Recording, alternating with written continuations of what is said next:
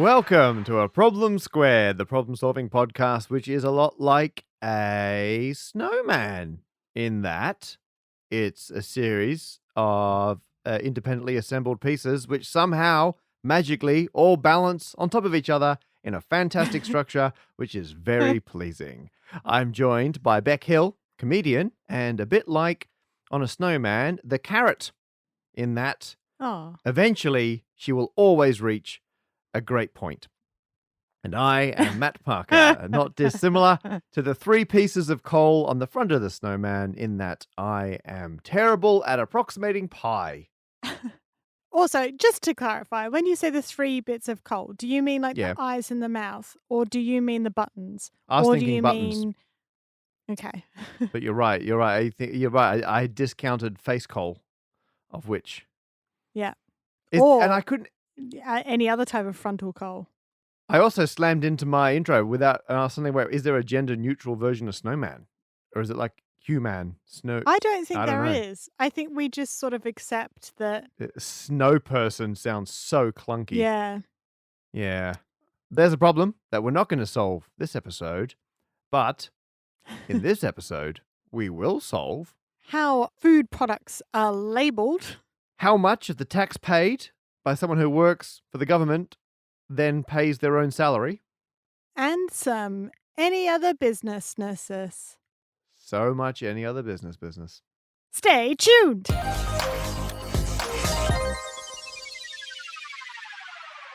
Beck, how are you doing this fine middle of March? I'm good. Hey, I've got some exciting news, Matt. That's my favorite type of news. I mean, you already know this. It'd be awkward if you didn't. I'll play But along. we're going to be doing our first ever live recording. Yes. I did not know what Yee. exciting news you were leading up to, but I did. Now that you've said it, I did know that news, and I agree it is exciting. We're going to do that, but we're alive for all of them, for the record. Yeah, we're not doing this posthumously. I don't know how to say that word. Posthumously. Posthumously. You're posthumorous. So after you're funny. Yeah. And for the record, we record Posthumously. That's it. We don't do Posthumously. it posthumously. Yeah, Because after entree. Yeah. we made that mistake one time and we were very tired. Goodness. We were real lethargic. But the difference is the audience will be there and the audience will be live. Yes. Yeah. Which might be you if you are attending Blue Dot Festival this year. That's the gap I'm leaving for everyone listening to go, "Hey-oh," and then wave their arms around in the air, celebratory style. We will be on the evening of Friday the 22nd of July. Hey, that's Pi Approximation Day. Oh, that's exciting. Hey. 22/7. That's roughly pi. Oh my goodness. Wow. Oh, So we'll be wow. playing the evening of Pi Approximation Day. That's pretty exciting. As is Groove Armada. It's us and the Groove are Yeah. and no one else are entertaining you on Friday night, and then Bjork on Sunday. So what a festival. Yes. It is a good festival. That's when I will take on my alter ego. Yeah. Beck is Bjork, And, is what we're trying to say. I used to get that a lot when I had Really? my black hair. Yeah, everyone Oh, would you looked say more that would Bjorkish. be I looked more Ah. Bjorkish. If you are going to Blue Dot Festival and you want us to solve one of your problems, you can mention when you go onto the problem posing page that you will be at Blue Dot. Put it in big capitals so we can see Blue it when dot. it comes into our Blue space spreadsheet. dot. Yep, and then we'll find it, Blue space dot. and we will. It And is a space festival, so it's appropriate. it is. That is true. And yeah, we might choose your problem. For people unfamiliar with Blue Dot Festival, it's at Jodrell Bank Radio Observatory, so it's on the site of a massive space radio telescope. It's a very nerdy festival. It's come to the surprise of no one that we have been booked, and we haven't at all planned what we're going to do. Because we don't have the problems yet, Matt. Yeah. Well, I assume, because different podcasts do different things for live versions, I assume we're just going to sit down like this, ignore the audience, and do a perfectly normal podcast recording. That's my vision of what's going to happen. Well, We only have an hour on stage, and we Oh. take quite a bit more than that we to run record we these. run way longer than that. Okay, right. That's awkward. Huh. Maybe if So, anyone listening is going to Blue Dot and wants us to do something in particular that is different from the yeah. usual. No. So we're Or, you gonna know what, if you wanna hear the live episode with a live audience and you wanna hear how that is different, you know, give us a shout at yeah. problemsquared.com. Yeah, we're open to comments, suggestions before and after how you feel about a live recording one. I suspect people will be able to spot when the laugh track stops 2/3 of the way through the episode because that's when we got kicked off stage and we had to record the rest of it in the green room out the back. Where they get absolutely 0 solutions. Yeah. Yeah. So that's, Good news. pretty much it. Yeah, good news. Yeah. What about you, Matt?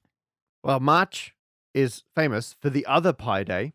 So Pi Approximation Day on the 22nd of July, 22/7. The other Pi Day is the 14th of March because the date 314. That Pi makes Day. more sense. Yeah. Yeah, yeah, and at the time of recording, I've just Unless you gotten write it, back. you know, the Unless you correct write it way, the correct which way, would yeah, be absolutely, yeah, 1403. yeah. Well, it would be 20221403. So, no, wait, no, it would be if you do it the proper way, it's year, month, day. So that would be 2022. Ignore all of that. Then you got 03, and then you got 14. So that kind of works. So I'm prepared to allow it because the ISO standard year, month, day in there somewhere is 314, which is pi, which is very exciting. Mhm. So I just got back. I went up to a small town called, I think, Houghtonleigh Spring. Some people say Houghtonleigh Spring. I don't know the correct pronunciation. It's up north. Different people have very strong but very different opinions about how things should be pronounced. It's kind of halfway between Durham and Newcastle, people who know these places. And I went up there because in the late 1800s, that's where the person who calculated pi by hand to the most number of digits lived. And so I went to where they lived and I tried to calculate pi myself with some help by hand. When you say by hand, do you mean like with your fingers? That's a good point. It's not like by hand and I'm using my hands to operate a calculator. It's like pieces of paper, pens, that's it. In Oh, see, fact, I wasn't even thinking pieces of paper. I'm thinking you're holding up your hands in the air and you're like, oh, to form a circle. 1, 2, on your fingers, 3, 4. Oh, Not I like see what you're making the saying. shapes. So like one person Like how does you count 3, using your fingers as an abacus. and someone does like a heart for the decimal point, and then Well, you said ah. calculating, you're not just displaying it. No, yeah, calculating pi. No, as in Yeah. we had a lot of pens, we had a lot of paper, Mm. a lot of paper. There were 30 of us, so you know, taking it seriously. We ran like like warning tape, like like don't cross this line tape Yeah, yeah. down the down part of the room, and on one side you were allowed to have calculation devices because we weren't doing any of the actual pi there. On the other side was the pi calculation zone, and you were not allowed to get out any calculation devices. So if people wanted to check their phone or something, they had to go step out of the calculating arena into the calculation zone, we called it. Our goal was to calculate 100 digits, which is an incredible amount of calculation work, which is why we had 30 people working around the clock for a weekend. Oh my goodness. Do you want to know how many digits we got right? 7. You're not far off, both in Oh. number and rhyming. We got 11. Ah. They So I bet you did that guy proud. would be real upset. They would be rolling in their grave had their grave not been lost by the council. Yeah. They were buried in the local cemetery in 1882, and in 1970 they bulldozed all the headstones and lost the location and the gravestone for William Shanks, who did the calculation. Him and his wife were buried in the Hillside Cemetery in Houghton, and for unknown reasons, a bulldozer. It was the Wow. 70s. The UK were bulldozing everything. You need an archaeologist to go in there and find the person who's got all their fingers up in the air. Like- Local historian found the headstone in 2010. They did a big dig, not specifically for this one person, but they tried to find all the missing headstones and put them back up. But they don't know where to put them, so they're just kind of dotted around Yeah. the region where they should have Yeah. been. So it's like knocking over someone's like carefully arranged like Yeah, it's like being in an art Dungeons gallery and and knocking Dragons over a figures or sculpture. something. Oh no! You're trying to put it all up again. Oh, I Put think the it goes nativity here. scene back together. Be like, oh, I think Jesus was on the horse. Oh, I can only find 2 wise men. But we put a load of effort into this, Well, that and sounds fun. had a bunch of error correction. And at the end, just messed up on the final bit. Oh, There you go. that's really But- disappointing. It was the friends we calculated along the way. That's the real meaning of Pi Day. If people want to watch us only get 11 digits, the full video is up on my Stand Up Maths YouTube channel. Beck, our first problem is from Dennis, who put this into the problem posing page at problemsquared.com. They said that while they were grocery shopping, they noticed that there are some words that may freely be used on products, whereas others can only be used on specific ones. I think Dennis must live in Germany because they've given 2 German examples. They say the word premium can be used freely. There's no obligation for premium, whereas the German word for chocolate can only be used on certain products. And that's why many products boast they contain choc or choco to get around that. Their problem for you, Beck, is I'd like to know more examples which are or are not reserved on food products. Yeah. You know how sometimes I'm like, hey, I don't have much time this episode. I'll pick Yeah. something that should be relatively quick. I'm familiar with that from every single episode. And I was like, I'll Google reserved definitions Yeah. for food labeling. A list will come up and I'll choose some interesting ones to talk about. You'll write some jokes based on the list. Job done. Oh my goodness. I have had several phone conversations trying to find this information. I have spoken Wow. to the Food Standards Agency. I course you have have. spoken to trading standards. I have spoken to so many people trying to find this information Wow. in an easily accessible way for the public, because all the information out there is for food manufacturers Ah. who need to know what they can and can't put on their labels. There's no listicle No, to put it all together for the average human. none. Right. So I first tried contacting the press office at the Food Standards Agency. Oh, yeah. They were sort of like, oh, yeah, I don't know if we do have that information available in that way. I will go and try and find some and come back to you. And as of the recording, they have not come back. They have not come back to you. No. They don't have very high standards. That's the problem. I think they were just a bit surprised that anyone wanted to know. I mean, that's true of the vast majority of this podcast. I spoke to the Chartered Trading Standards Institute to see if they had a list, because they were saying, oh, did you want to report a A problem, violation. Yeah. a violation? Oh my gosh. And get this, Matt. It's called a food crime. A what? There's No. literally a department called the Food Crimes Unit. No, that's what a kid calls vegetables. Like, on food.gov.uk, yeah, there's food crime, understanding food crime and how to Food report crime. it. and it's not like a Uh, health thing. So it's all encompassing. So types of food crime include Ah. theft, illegal processing, waste diversion, adulteration, substitution, misrepresentation, or document fraud. Those are a lot of food crimes. A lot of food crimes. I want to know where that, you've got CSI, got NCIS. Yeah, I want FC, food crime. yeah, food crime. Sustenance division. Oh, actually, no, here it is, the National Food Crime Unit, the NFCU. I would That's watch what the we NFCU. need. I would watch the NFCU. National Food So Crime Unit. Then they even use NFCU. Of course they do. so I looked Wow. into that. I looked into how you would report it. They've got law enforcement capabilities. Wow. They're Yeah, like proper food police. they are. They're the food police.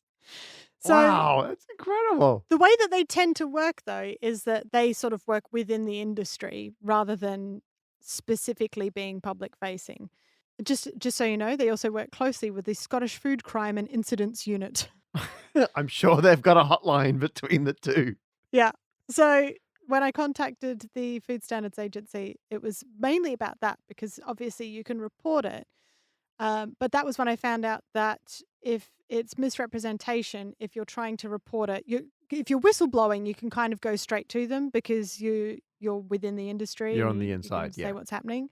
But if you're like a consumer and you're saying, "Oh, I think that this has been misrepresented," then you go through trading standards. Is it like when there's like a hostage situation in American films and the local police are like, "Ah, no, the feds are here." And then there's like a bit of wrangling between who's got authority. So like Oh yeah. advertising stands like, "This is our scene." And the NFC, you were like, Oh, we outrank you. oh, This is Matt, you're now jumping ahead. oh sorry. Advertising standards. I'll have you know I've spoken to them and they're not really involved. That was implied. Do you know what? It wouldn't be so much that they would be trying to get like in as the people on the case. The Yep. advertising standard agency would be there like, this is not our problem. Not our You problem. guys deal with this. Yeah. I was They're gonna like, is it roll an their window advert? up and keep driving. They're like, oh, this isn't an advert. We're not involved We're here. not touching it. This is your thing. So I spoke to the Trading Standards Institute because they have like advice guides and stuff like that, Yep. consumer advice, and I thought they might have a list of the things that you're supposed to conform to, so that as a consumer you know what they should legally be doing, and you can say, "Oh, this is wrong. This Someone is worth should be reporting. Yeah. made aware of that." They do not have that. They do Huh. not have any information on that. They told me to call the Advertising Standards Association, which I did. I think you were a pawn in a interdepartment prank. Like, Oh, it was very. I felt like I was in a Douglas Adams book. The bureaucracy was fantastic. Everyone I spoke to was really, really nice though, and also I think just a bit confused because they'd never had this question. So what I could find is links to all the legislation that each food type has. oh goodness. By the way, during my research, I thought maybe the information is on the Food Standards Agency website. I might be able to find something on there, but it's like hidden amongst other. Yeah. So I did a course. You went and got a qualification. I did. I literally got a qualification. So I now have a certificate. I'll let them put it up Wow. on online. It's with my full name because I was like, well, it's official. I don't It's want to say. legit. So it's Rebecca Hill. This is to certify that Rebecca Hill completed the food labeling and e-learning course on the 23rd of February, That's 2022. amazing. I tried to save the image because it's like embedded on a web page, Oh. and but it's like within the web page, and so I went to view source, and it's Yeah. just like all the elements that make the certificate, It's all and layered then up. It's like a obviously it blank just version. yeah. So if anyone wants one of these certificates, And you know how to I edit can save all the HTML. elements. I can save all the elements. You just chuck your name in. That's exactly how qualifications work. As someone who didn't go to uni, I'm quite chuffed now that I've got another qualification. That is great. Tell you what, though, didn't learn a huge amount. I learned some. Oh. I learned that when it comes to food labeling, there's 3 different types, which is the you're gonna love this, the fancy name, Right. So the The fancy name when it's name in trouble. the fancy name is when the brand for the food is so well known that even though it doesn't tell you what it is, you know what it is. So for instance, Huh. Coca-Cola. Oh, And okay. when you have the fancy name, you don't have to say specifically what it is on the name of the food, but you have to have a description. So it'll say something like, Carbonated drink or something. yeah. But you don't have to have, So like, on there's the main label, Coca-Cola, open brackets, in case you didn't know it's a drink. Yeah, that's right. Yeah. So you don't need that. That's for fancy name. There's the legal name, which is brings us back to this problem. That's what this is mainly about. Where say chocolate, cheese, beef, that's the legal name. That's I'm the imagining label that's for it. one food product you just described. Don't even get me started on the rules for combination foods. Oy boy. Never get the off-brand chocolate cheese beef. That's right. It's like that when they fed all those recipes into the generator. They Oh, called it yeah. AI, but Yeah. it was a generator. It's just Um, and then there's the customary name. So the customary name is when it's not a brand, but it doesn't need to be the legal name. So for instance, a Bakewell tart. Oh. People Oh, know okay, what yeah. I believe Cornish pasty is one. I was not gonna say meat-filled pastry sack. They can just Yeah, say yeah, Cornish pasty, and yeah, everyone's like, "Oh, I know what that is." Yeah, got it. yeah. That's right. So I learned some stuff like that. I learned those sort of things.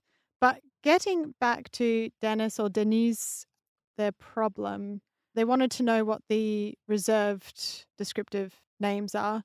So these affect a whole bunch of different things. I won't go through them all because we'll be on this forever, but bottled water, bread and flour, cocoa and chocolate products, fat and oils, fish, fruit juices and nectars, honey, Hmm. jam and similar products, products containing meat, milk and milk products, soluble coffee and sugary extracts, and specified sugar products.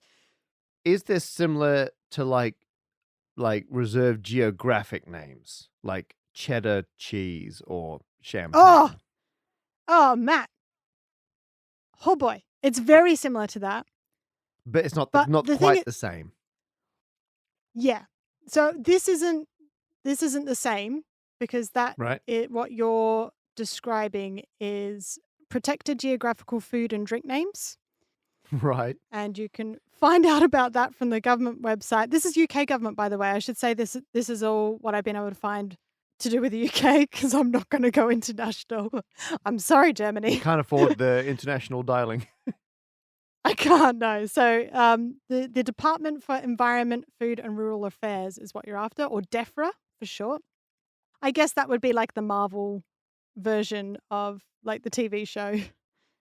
If you've got Right. the food crime unit, yeah. And then So you'd have it's a DEFRA. different police squad, different food enforcement spin-off. Okay, Yeah, okay, but right, they right. kind of all work together. Yeah. So the protection types are protected geographical indication. If it says it's from a particular place, it has to be from that place. The protected Right, right, designation right, of right. origin, one of the processes in making the food has to take place in that Right, right, right. In place. that So area. if you were to make a Cornish pasty, you can make it using ingredients from other places, but it would need to be made in You gotta make it Cornwall. in That sort Cornwall. of, Right. Okay, right, right, right. yeah. Then there's the traditional specialty guaranteed.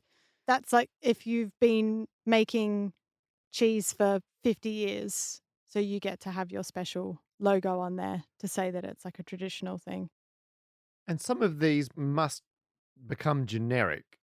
It's a bit like a brand name like Hoover or Kleenex has been used so much, it just becomes a generic phrase. Like cheddar cheese, is that like anyone can make a cheddar, even if they're not in the cheddar region? Right. So it looks like the word cheddar itself, anyone can say cheddar. You don't have to Right, be that's in cheddar. generic. Gotcha. But there are some. So there's one here that is a protected food name with protected designation of origin, and that is West Country Farmhouse Cheddar Cheese. So Oh, that is okay. registered that it is made by West Country Farmhouse Cheddar Cheese. And then there's another, which is Orkney Scottish Island Cheddar.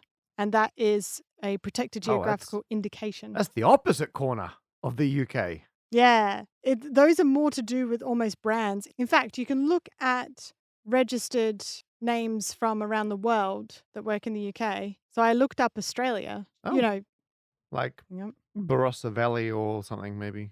that's right. Yeah. So there's over 5,000 products in the database. When I plugged in Australia, 66 come up, Oh, and okay. That's fewer. all of them are the same type of product. Oh, let me guess.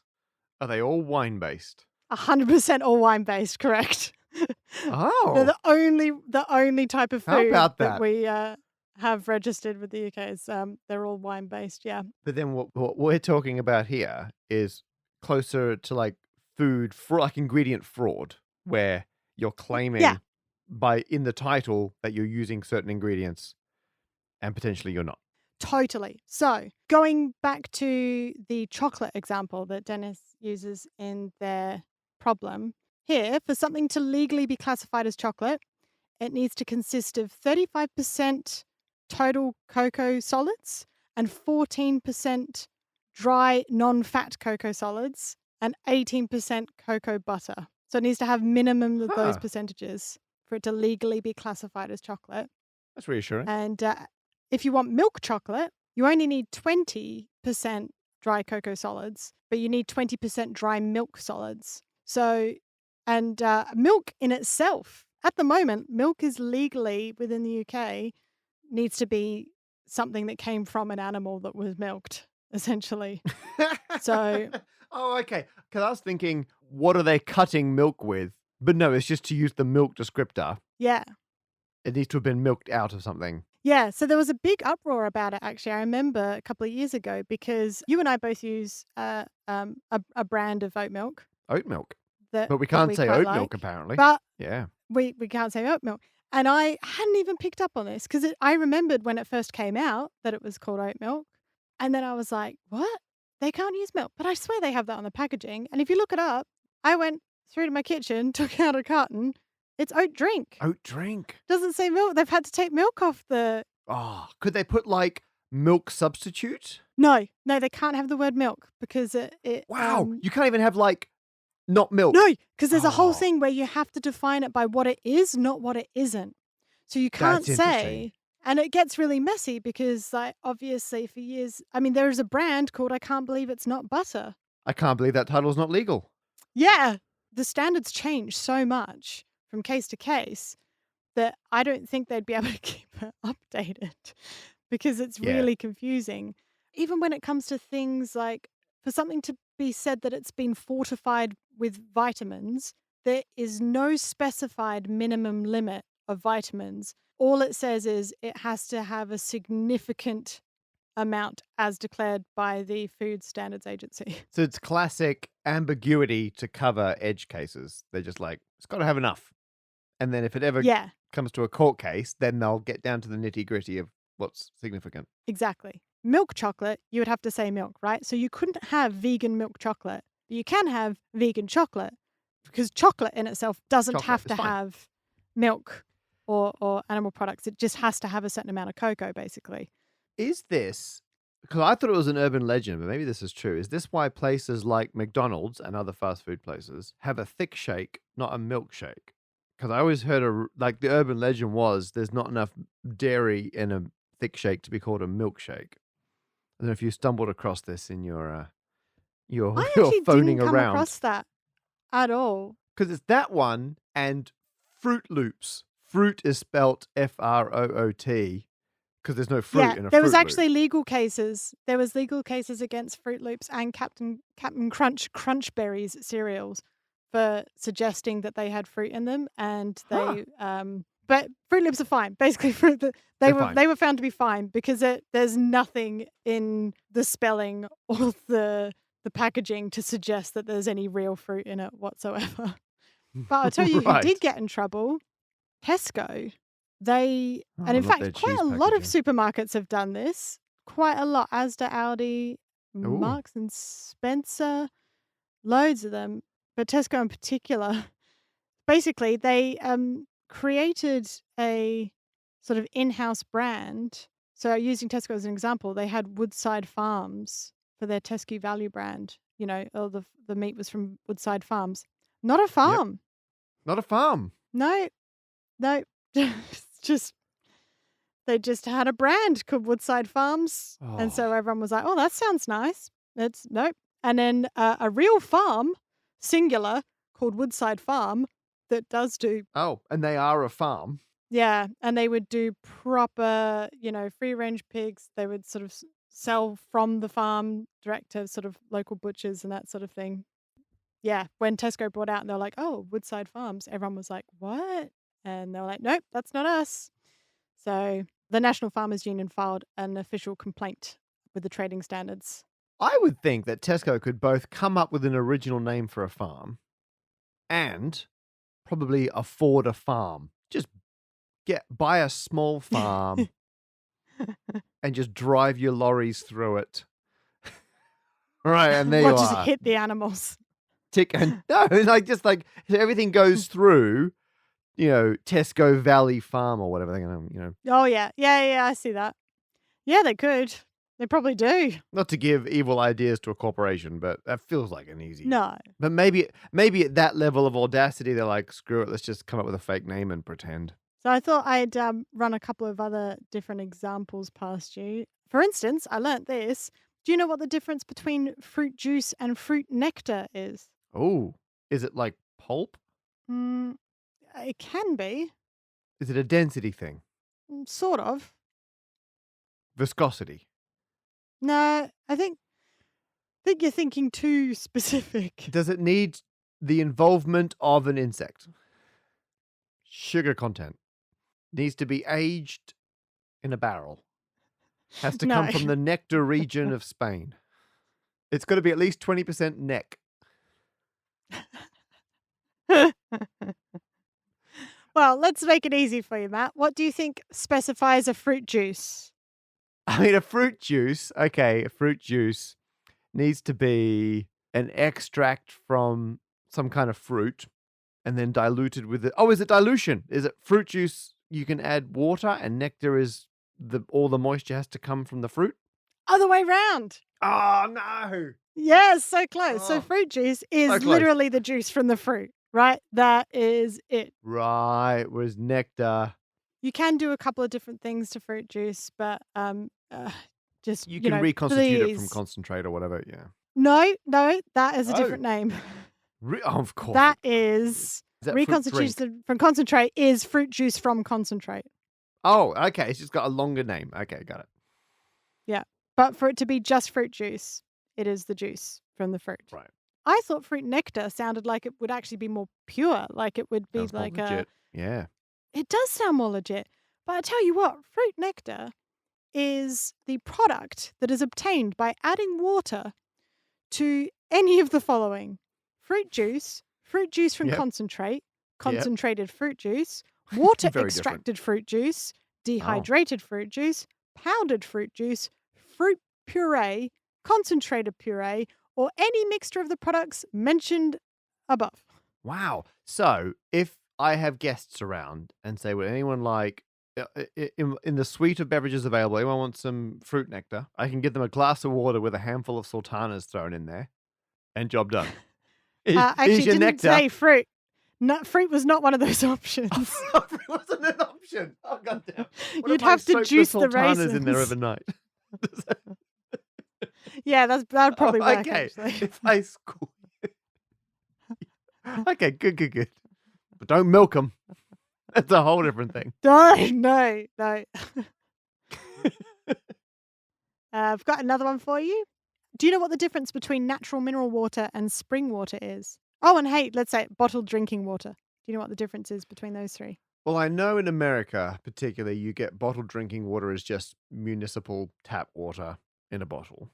I Correct. suspect mineral water, the water can be from anywhere, but you've got to have mixed in a certain level of soluble things. And I'm guessing spring water has to have literally come out of the ground. But you're probably going to tell me 12% of it has to have come out of a rock and the rest can be, tap water. You're close. So both mineral water and spring water must come from an underground source tapped at a natural or drilled exit. Right. They must both be free of parasites and bacteria which cause disease. That's just true of most food. That's true. That is a good point. They I must be feel like bottled that's at just a a spring. blanket statement for food. Yeah, it shouldn't be. It No shouldn't be in there, should it? It parasites should just be is my rule of understood. thumb. Yeah. Why they had to specify that specifically for water makes me a little concerned, but carry on. It must be bottled at a spring or borehole. The spring or borehole must be protected from pollution. Hey, that's my This nickname is you where they use start. when we're off air. That is what I say. You borehole. Shove it in your borehole, she says. I do not protect your borehole from pollution. That's true. So natural mineral water has to keep its original purity. So it means the properties have stayed the same from source to bottling. Spring water doesn't. So it can change. It doesn't have to remain stable. It also means that obviously you can add things to spring water, but you can't add things to natural mineral water. Right. Yeah. So those are sort of the main differences there. But again, that all affects on whether you can say something. If you're going to sell water, you have to say whether it's natural mineral water, spring water, or bottled water. And it has to fit into those things. Jam is a fascinating one. Jam has more rules than any of the other ones I found. Jam. Jam.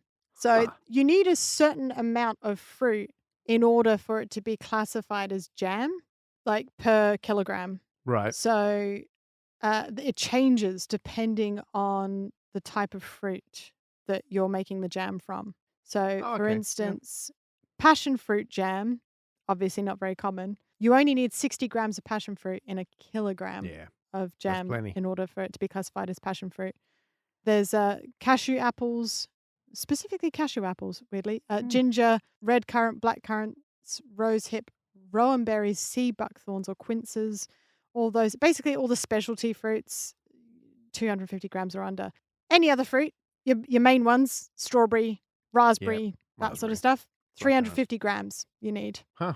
No, black currant is 250 grams. Oh, sorry. Yeah. There is also a product called extra jam, which is where you need No, way no. more. So you would have to have 450 grams of strawberries per kilogram. So you'd need to have almost Wow. 50% strawberry in extra half jam. strawberry, half sugar. Jelly has the exact same because, let's face it, the jelly is jam.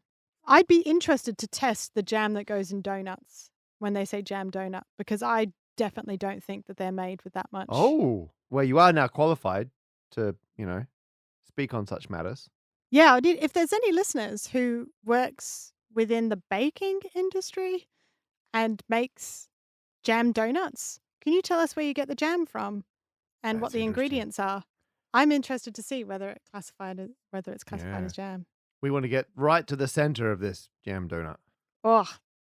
And a final interesting thing that I found during this massive quest that I've been on was the way that eggs are labeled. So, free range, I was sort of already aware of. Free range, they have to have continuous daytime access to open air runs, access to Right. ground mainly covered with vegetation, and there needs to be at least 4 square meters of ground available per bird. Okay. Yeah. And then there's like requirements in relation to their housing and fittings and things like that. So it's still not a huge amount of space, but it's the best if you're looking for, mass produced eggs. Yeah. Not terrible eggs. Yeah.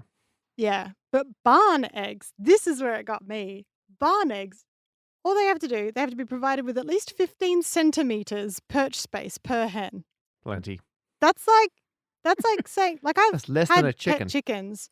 They're barely 15 centimeters. Yeah. So that's like the space that you get when you're on the tube at peak, like rush hour.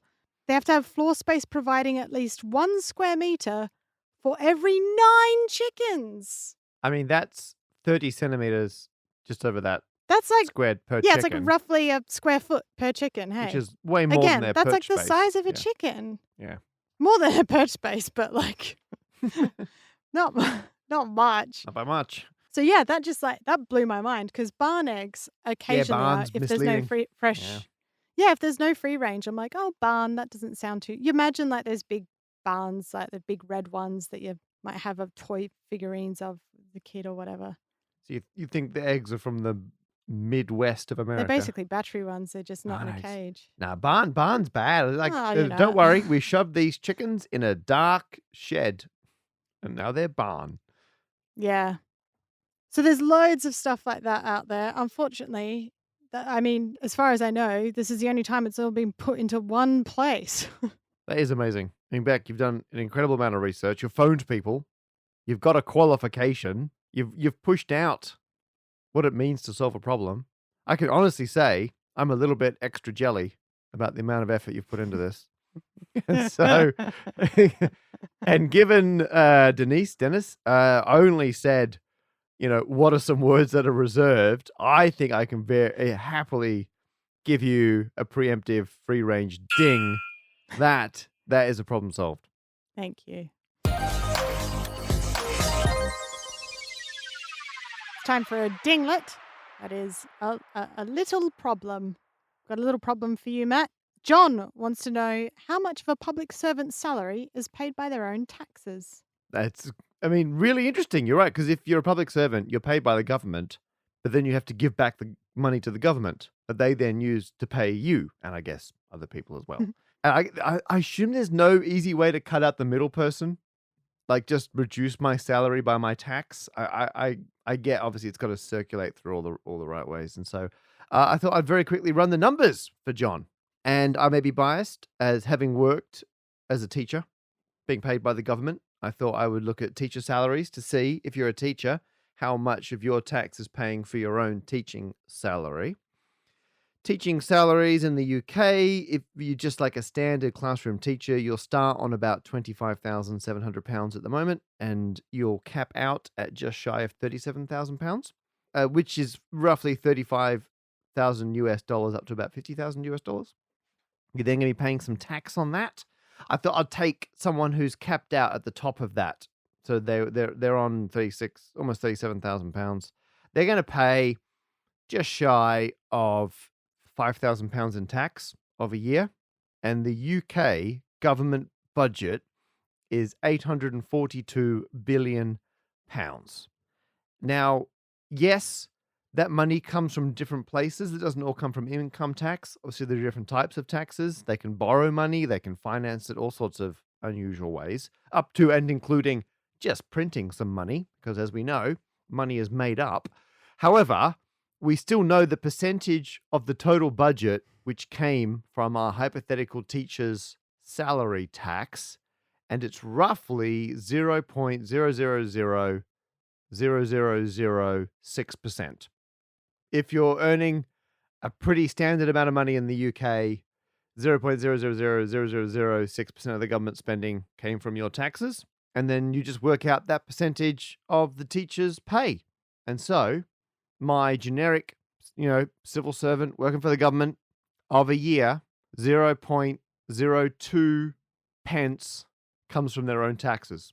2% of a penny, give or take, comes from your own tax that you paid. So not much. Really takes the authority out of, I pay your taxes, If you are a teacher, and at this point I was like, you know what, I'll look up the average salary across the UK, which is normally given as the median salary. So roughly half the UK who earn a salary earn under £31,280, and half people who earn a salary earn above that, which is subtly different to the household income, which is disposable income post-tax per household. That's worked out differently. It's actually quite hard to get an approximate mean average salary because it gets dragged up by high earners on the order of 38,600, but in reality, it's probably a bit lower. What a way to find out that you've been under Yeah, well, most of your I mean, life. that's why you don't use mean, because mean is deceptively high, because the people earning more than it, like, you drag it up more from the high earners than the low earners drag it down. So it's a skewed average. I thought that's what the average. No, that's where isn't it? If there's like if 9 people Yep. earn £1 and then one earns £10. Then the average is like £2. Yeah. Oh, because you divide. So that's 'cause you why divide you it. will almost, yep. No, hang on, wait, no, because then the mean would be like £1, wouldn't No, it? Because you're just the going for mean would like be the like a pound middle. 90. The median would be a pound. Yeah. Oh, I'm thinking the median. I'm And thinking the median. median is the one you will Sorry. always see median used when you're looking at salary and household income and all these things.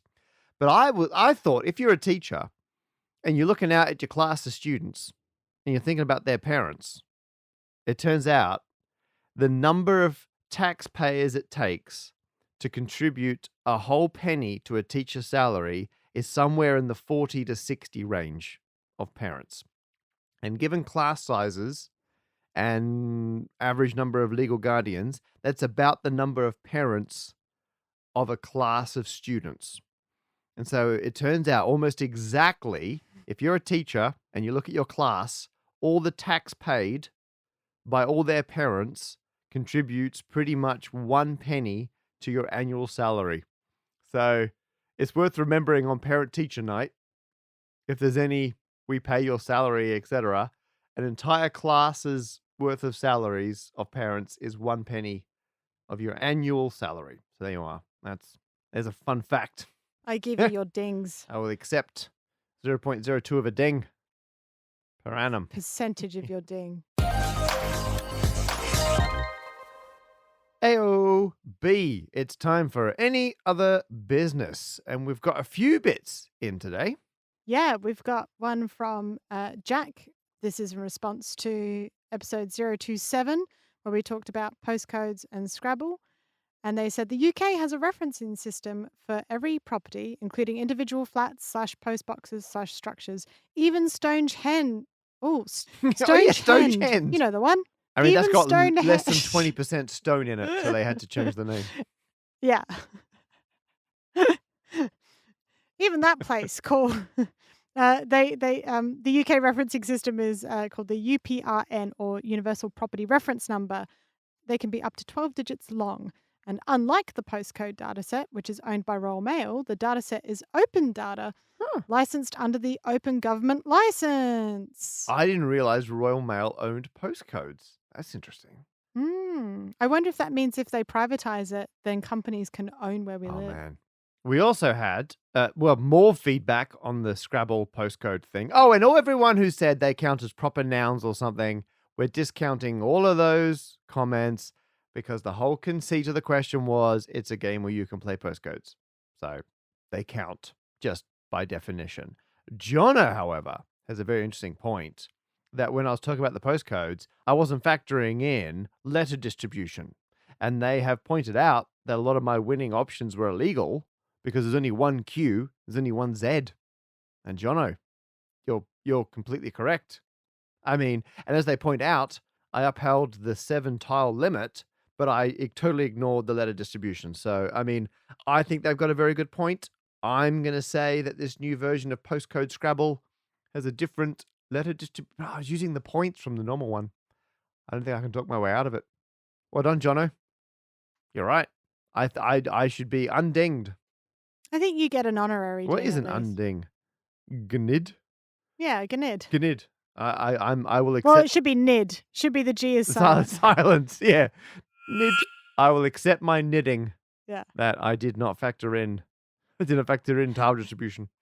And we just wanted to give a shout out to Ken Floor, whose problem we're not solving, but finished their problem with best wishes, warmest dings. That made us laugh. I mean, they were trying to reopen the how far can you see thing, and we're not touching it. But I do love best wishes, warmest dings. No. Yeah. It's very sweet. It's very, very cute. Speaking of some nice feedback, we did also get some reviews. Yes, on iTunes, thank you. By username Artistic Penguin. Ha! They may have made this account just to review our podcast. They've given us 5 stars. The title of their review is Came for Matt, Stayed for Beck. Oh, thank you very much. Which of us comes off better in that description? Huh. Interesting. They said they don't listen to many podcasts, but they keep up to date with A Problem Squared. Good work, Artistic Penguin. And we have another review from Dom Davis. And I love this because Dom has written this as if it's copy for our bio. They say a problem shared is a problem halved, but share your problem with Beck and Matt, and your problem will be squared. I mean, that's If the you like joke. random That's the joke. problems solved in innovative or sometimes downright bonkers way, then this is for you. And if you want your shared problem to be halved and squared, simply provide square root 0.5 of a problem. Okay, that joke is rigorous. That's, Yeah, factually they accurate. went to a lot of effort. Thanks, Dom. You square it and you get a half. It's pretty good. And we should probably thank our 3 random Patreons. Yes, thank you to everyone who sponsors on Patreon. Because of the fantastic Patreon people, you're now getting 2 episodes a month ish. There's one every 2 weeks, which is actually slightly more than 2 a month. You're welcome. Specifically, you should thank Either Jean-Louise Fuchs or Jean-Louis Fuchs, depending on how you read it, thanks to both of them, Simon Hudden and Stephen Hart. or Stepan Hart. You have been listening to A Problem Squared, a podcast made by us, Matt Parker and Beck Hill. And of course, our producer, we've got Lauren Armstrong Carter.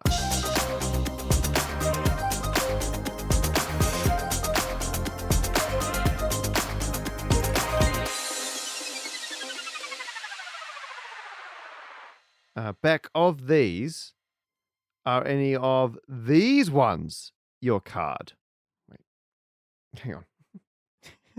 The backs of them, maybe. No. Ah, interesting. That rules out half of those.